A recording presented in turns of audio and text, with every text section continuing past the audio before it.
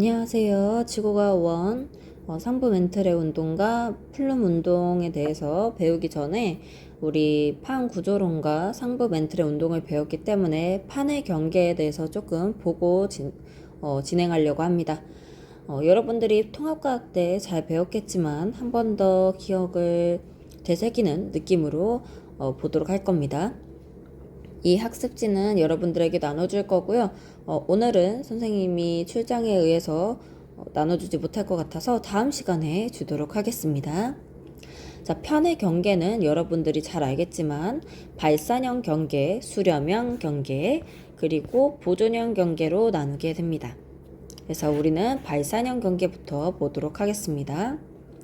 자, 발산형 경계의 경우 두 가지의 종류가 있습니다. 대류판과 대류판이 멀어지는 경우, 그 다음에 해양판과 해양판이 멀어지는 경우입니다. 먼저 대류판과 대류판이 멀어지는 경우를 보겠습니다. 이 지역은 대륙에서 멘틀 분질의 상승으로 인해서 대류판이 갈라지면서 확장되는 지역을 뜻합니다. 그래서 이곳의 특징, 지각 변동을 보면 특징은 판의 생성과 확장이 일어난다는 것이고요. 대표적으로 열곡이 발달을 하게 됩니다. 그리고 천발 지진과 화산 활동이 일어나게 돼요. 자, 열곡은 무엇이냐? 우리가 보통 화산에 보면 이렇게 분화구가 있는데 양옆으로 판이 확장이 되면서 요 분화구가 부서집니다. 이렇게 넓어지고 부서지게 되는데 이 지역에 또 마그마가 올라오기 때문에 이렇게 분화구 모양이 확장되고 부서지고 단층도 생기는 이런 모습으로 커다란 구덩이가 생깁니다. 이런 부분을 우리는 열곡이라고 부르고요. 이 열곡이 주르륵 여러 개가 이어져 있는 곳을 열곡대라고 부릅니다. 그래서 대표적인 지형의 예시가 동아프리카 열곡대가 되겠습니다. 구조를 선생님이 사진을 하나하나 붙여줬는데 좀 크게 보여주도록 하겠습니다. 자, 아까 얘기했듯이 화산이 분출할 수 있는 곳이 갈라지고 부서지고 확장이 되어서 넓게 나타나는 것을 볼 수가 있죠. 이런 거를 우리는 열곡이라고 부르기로 했습니다. 자, 그 다음 해양판과 해양판이 멀어지는 경우를 보겠습니다. 이 지역은 멘틀 대류의 상승으로 인해서 해양판이 갈라지면서 확장되는 지역을 뜻합니다. 그리고 해양적 확장설에 기반을 하여 해양에서 멀어질수록 퇴적물의 두께와 나이가 증가하고 수심이 증가한다는 것을 알 수가 있습니다. 특징은 위와 같이 판의 생성과 확장이고요. 지형은 열곡도 있지만 특히나 해령이 발달한다는 특징이 있습니다. 그리고 지각 변동도 천발 지진과 화산 활동이 일어납니다. 대표적인 지형으로는 예시죠. 대서양 중앙 해령과 동태평양 해령이 있습니다. 문제에서 가장 내기 좋은 경계가 수렴형 경계입니다. 수렴형 경계의 종류는 세 가지인데 첫 번째, 대류판과 대류판이 부딪히는 경우, 두 번째, 대류판과 해양판이 부딪히는 경우, 세 번째, 해양판과 해양판이 부딪히는 경우가 있습니다. 먼저 대류판과 대류판이 부딪히는 경우를 보겠습니다. 대류판끼리 충돌하여 횡압력에 의해 스콧 산맥이 생성되는 곳을 말합니다. 대류판의 밀도는 서로 거의 비슷한 상태라 어느 것이 섭입하지 않고 그냥 부딪혀서 위로 올라오는 스콧 산맥이 형성이 됩니다. 그래서 특징은 판의 충돌만 일어나고요. 횡압력의 작용에 의해서 스콧 산맥도 나타날 수 있게 되는 것이고, 그리고 화산 활동이 없다는 특징이 있습니다. 자, 지형은 스콧 산맥이고요. 지각 변동은 천발 지진과 신발 지진 모두 일어나고 화산 활동은 일어나지 않습니다. 대표적인 예시가 히말라야 산맥이 되겠습니다. 두 번째, 자, 대류판과 해양판이 부딪히는 경우를 보겠습니다. 밀도가 큰 해양판이 밀도가 낮은 대류판 아래로 섭입하여 소멸되면서 해구가 형성이 됩니다. 섭입대를 기준으로 봤을 때 모두 바다면 호상열도라고 부르고요.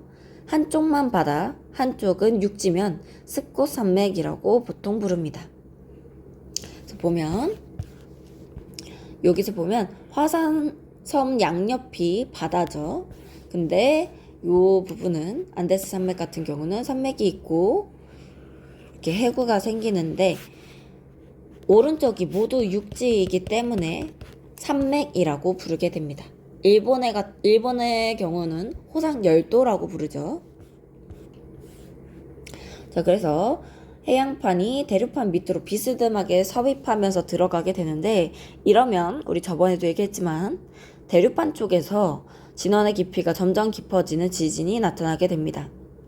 이렇게 대륙판과 해양판이 부딪혀서 섭입할 때 마찰이 일어나 지진이 많이 일어나는 것을 우리는 베니오프대다라고 배웠습니다. 특징과 지형 그리고 지각변동 보겠습니다. 특징은 판의 섭입과 소멸이 일어난다는 특징이 있고 베니오프대가 존재한다는 특징이 있습니다. 지형은 해구, 호상열도, 습고산맥이 형성이 되는데 호상열도의 뜻은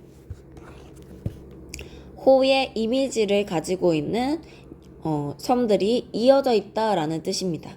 그래서 위에서 보면 일본에서 주로 일어나는 호상열도는 이렇게 아치형 형태의 화산섬이 주르륵 이어져 있는 형태여서 호상열도라고 부릅니다. 그리고 지각변동은 아까 얘기했듯이 선발에서 신발지진 모두 일어나며 화산활동도 일어납니다. 중발지진은 교육과정에서 빠졌기 때문에 외우지 않아도 괜찮습니다. 자, 요 모습이 일본 열도의 모습이고요. 오른쪽이 안데스 산맥의 모습입니다. 요 그림 공부하면서 그릴 줄 알면 아주 좋을 것 같습니다.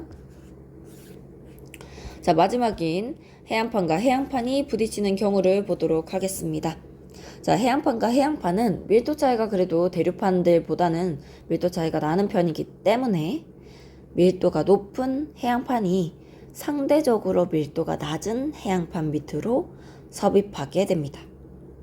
그래서 침강하고 소멸되는 현상이 나타나게 되고요.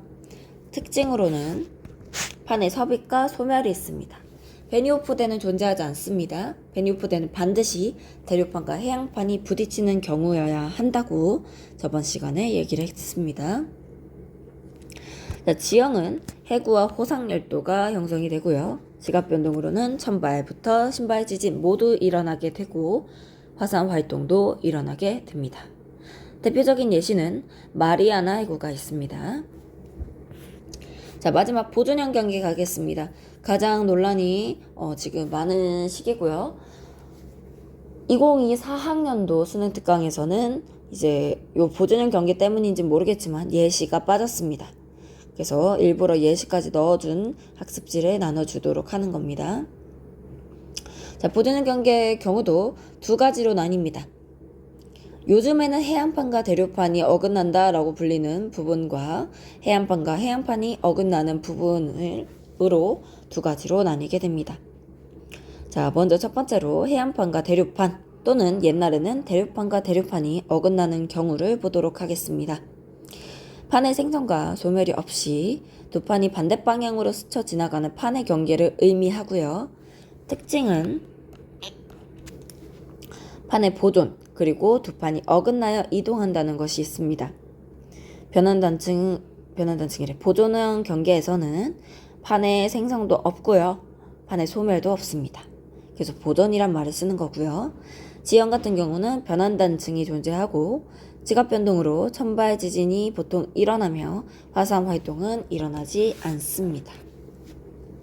자, 해안판과 해양판이 멀어지는 경우는 해령을 수직으로 절단을 하면 변환단층이 나타난다는 특징이 있습니다. 자, 대서양 중앙해령을 예로 들면 빨간색이 해령이라고 칩시다. 그러면 판의 이동 방향이 서로 반대되는 구간들이 있기 때문에 변환단층이 잘 생기게 됩니다. 그래서 이러한 것을 의미를 하는 거고요. 특징과 지형 그리고 지각변동은 위와 같습니다. 그래서 대류판과 대류판이 어긋나는 가장 대표적인, 즉 해안판과 대류판이 어긋나는 대표적인 예시가 산 안드레아스 단층이 존재하고 있습니다. 자, 밑에는 위에 사용했던 그림들을 조금 크게 해놓은 것입니다. 공부할 때 활용하면 좋을 것 같아서 나눠주는 거니 한 번씩 확인해 보기 바랍니다.